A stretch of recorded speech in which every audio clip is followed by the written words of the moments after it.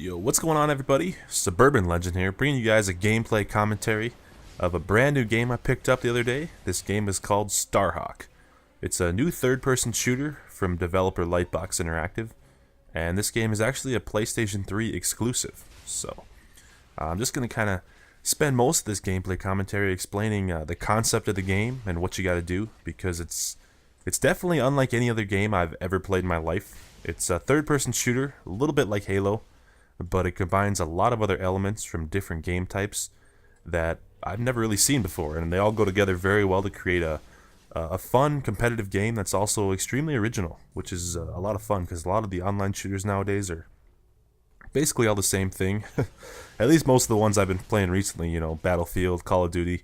I mean, they each have their own little differences here and there, but for the most part, it's all pretty similar. So basically the point of this game is I'm playing capture the flag right here. So you gotta capture their team's flag, bring it back to your base. And the interesting part is how you get to defend your base, because this game has a little bit of real-time strategy slash tower defense thrown in with it. And as you can see, whenever you're around your base, you collect this little, in the top right corner of the screen there, that blue bar builds up. And when it builds up so much, you can build something. You can call down something and build it, which is a pretty cool addition, because there's a ton of stuff you can build. You can build walls, like you see me doing there. I always build a wall around my base, which actually pretty much wins us this game, because you'll see I'm doing some fast forwarding through the clips, because these games take about 15 minutes a piece, and we all know nobody's attention span is 15 minutes long when it comes to YouTube videos, so I fast forward a little bit here. But that thing I just ran into is a little supply crate, and you can see this guy here, he's trying to get into our base, and he's like, what the hell, there's walls everywhere, so he didn't really know what to do. And one tip I can definitely give you, though, is when you're building these walls, stand outside like I'm doing here and build the walls towards your flag, because there's a ladder on the outside of the wall, so the side that you're closest to the wall will have a ladder.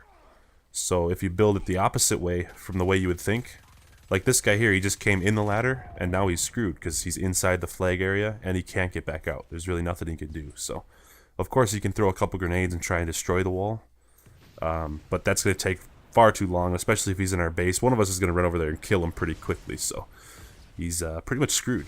And like right there, I like how you can control where you spawn, and you can set up a spawn point ahead, but someone wasted our spawn point already in this map.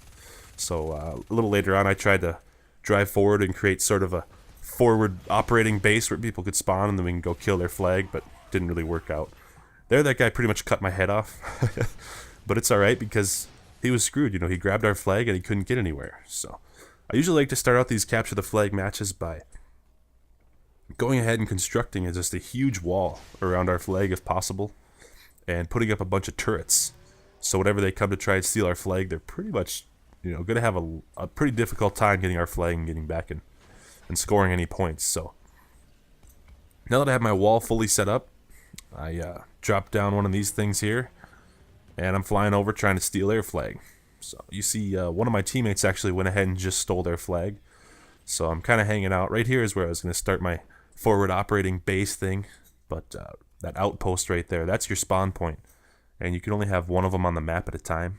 And looks like here somebody already had one built, so I like to spawn up here, especially on this level. And guys, I kind of chose this simple gameplay first of all just to introduce you to the concept of this game. The next gameplay I'll post will have some Warhawks in it, which is actually the planes. This game isn't all drive around. This game has airplanes that you can fly around in, and they actually can transform, sort of Transformers style, into a giant mech, and you can walk around on the ground and shoot missiles and stomp on people and stuff. It's pretty cool, but it gets a little crazy, so I figured I would just basically lay out a video introducing the basic concepts of Warhawk first, before I start throwing in some of the gameplays with the Warhawks, because that gets insane. It's a lot of fun, but it can be a little overwhelming, especially if this is your first time ever hearing of this video game. So, and the Warhawk combat in this game, the aerial fighting, is some of the best I've ever played. If this was all the game was just kind of drive around and steal a flag, build walls, it wouldn't be that fun, but the Warhawks really make this game just a lot of fun. It's easy to pick up and play immediately. There's almost no learning curve when it comes to the Warhawks. You can play the campaign for 30 minutes and you'll know pretty much everything you need to know about this game and the control schemes and everything.